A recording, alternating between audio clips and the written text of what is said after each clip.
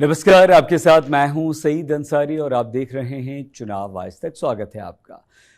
2024 में होने वाले लोकसभा चुनाव को लेकर विपक्ष को एकजुट करने की कवायद पिछले काफी दिनों से चल रही है और विपक्षी दलों को एक मंच पर लाने की कोशिश में बिहार के मुख्यमंत्री नीतीश कुमार बड़ी भूमिका भी निभा रहे हैं।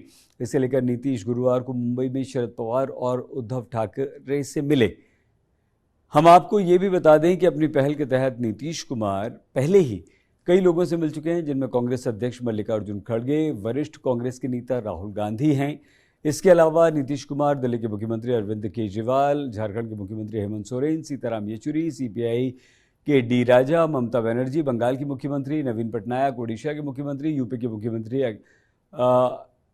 पूर्व मुख्यमंत्री अखिलेश यादव और कई बड़े नेताओं से नीतीश मिल चुके हैं। महाराष्ट्र के नेताओं से नीतीश की मुलाकात उस दिन हुई जब राज्य के विपक्षी महाविकास आघाड़ी को सुप्रीम कोर्ट से झटका लगा। हालांकि दोनों नेताओं उद्धव ठाकरे और शरद पवार ने विपक्षी गठबंधन को लेकर गर्मजोशी दिखाई, जबकि पिछले दिनों शरद पवार ने अडानी के मामले पर जेपीसी मांग की मांग और पीएम मोदी की डिग्री विवाद पर विपक्ष से अलग रुख अपनाया था। लेकिन अब महाराष्ट्र में जिस तरह के राजनीतिक समीकरण या स्थिति बन रही है, उसमें विपक्षी महागठबंधन का राग अलापना इनकी मजबूरी दिखाई पड़ रही है और इसीलिए नीतीश के साथ ये सब।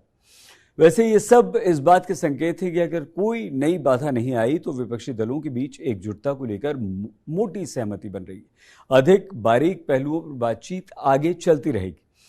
पहले बीजेपी के लिए विपक्षी एकता बड़ी मुश्किल कोई पेश नहीं कर पाई थी, तो इसके कई सारे कारण रहे। उनमें से एक तो यही था कि विपक्ष की सभी बड़ी पार्टियां एक साथ नहीं आ पाई थी और इस बार ये पहल सहमति की तरफ बढ़ती हुई दिखाई दे रही है। लेकिन इस राह की मुश्किलें हजार हैं। सबसे पहली मुश्किल तो एनसीपी, शिवसेना, जेडीयू समेत बीजेपी के तमाम विरोधी दल अक्सर एक दूसरे के साथ उलझे रहते हैं। इनमें वैचारिक स्तर से लेकर निजी स्तर पर कई सारे विरोधाभास हैं, एक दूसरे के प्रति परेशानियां। अधिकतर मामलों में वे परस्पर विरोधी हित समूहों का प्रतिनिधित्व करते हैं। ऐसे में जब इन दलों को अपनी घरेलू जमीन बचानी होती है तो ये बीजेपी के प्रति काफी सख्त हो जाते हैं, बाकी समय टाल मटोल करते हुए दिखाई देते हैं। ऐसे में इनको एकजुट करने की कोई भी कार्रवाई कभी आसान नहीं होती। हालांकि शिवसेना में टूट और एनसीपी में अजीत पवार के अलगाव को लेकर चल रही अफवाहों को हम देखें तो गैर बीजेपी दलों के बीच एक बात स्पष्ट हो गई।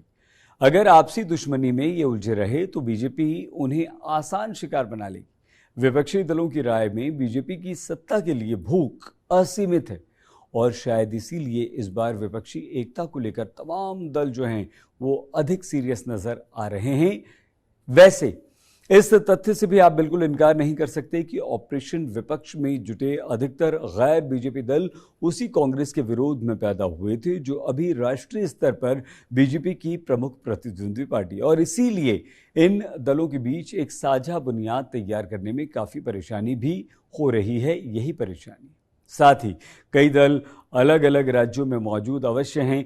ऐसे में इनके गठजोड़ से बीजेपी को बहुत बड़ी चुनौती नहीं मिलती दिख रही, क्योंकि इन दलों के बीच भी आपसी गठबंधन से वोट पर कोई असर या हस्तांतरण तो बिल्कुल नहीं होगा। उदाहरण के लिए अगर आज मुलाकात करने वाले दलों की बात करें तो जेडीयू, आरजेडी, एनसीपी और शिवसेना उद्धव का एक दूसरे राज्य में कोई विशेष जनाधार नहीं अपने अपने राज्यों में हो सकता है। इसके अलावा कुछ दल तो राज्य के स्तर पर प्रतिद्वंद्वी भी हैं। उदाहरण के लिए फिर से देखिए आप, केरल में वाम दल और कांग्रेस आमने सामने, तेलंगाना में बीआरएस और कांग्रेस, बंगाल में वाम दल, कांग्रेस और टीएमसी अलग अलग। ऐसे में इनको साथ लाना बेहद चुनौती भरा रहेगा। लेकिन फिर भी कुछ ऐसे राज्य हैं जहां ये दल बीजेपी विरोधी वोटों को एकजुट करने के लिए साथ आ सकते हैं। जैसे इनमें सबसे महत्वपूर्ण उत्तर प्रदेश है, उसके बाद महाराष्ट्र, कर्नाटक और बिहार हैं, जहां कई पार्टियां मैदान में मौजूद हैं। तो बिहार में जेडीयू और आरजेडी, उत्तर प्रदेश में सपा बसपा, कर्नाटक में जेडीएस और महाराष्ट्र में एनसीपी, शिवसेना जैसे दल कांग्रेस के साथ आ सकते हैं और बीजेपी को कड़ी चुनौती दे सकते हैं, ऐसा ये मान भी रहे हैं। बहुत कुछ इस बात पर भी निर्भर करेगा कि कांग्रेस राजस्थान, मध्य प्रदेश, छत्तीसगढ़ और कर्नाटक जैसे चुनावी राज्यों में किस तरह का प्रदर्शन करती है। यहाँ बीजेपी से कांग्रेस की सीधी सीधी टक्कर है और इस दृष्टि से नीतीश कुमार की भूमिका काफी महत्वपूर्ण है। लेकिन मुश्किल ये भी है कि हिंदुत्व की राजनीति के सामने सामाजिक न्याय की राजनीति वैधता के संकट का सामना कर रही है।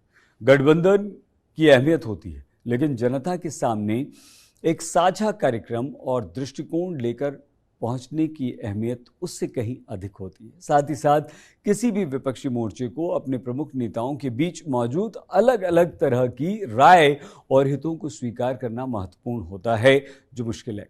निसंदेह चुनौती बहुत बड़ी है, गंभीर है और अभी इस गठबंधन को आकार लेने के लिए लंबा रास्ता तय करना है। चुनाव से जुड़े ऐसे दिलचस्प विश्लेषण के लिए आप देखते रहिए चुनाव आज तक। आप प्लीज अपना बहुत ख्याल रखिएगा। हमारा चैनल सब्सक्राइब करना बिल्कुल मत भूलिएगा। नमस्कार।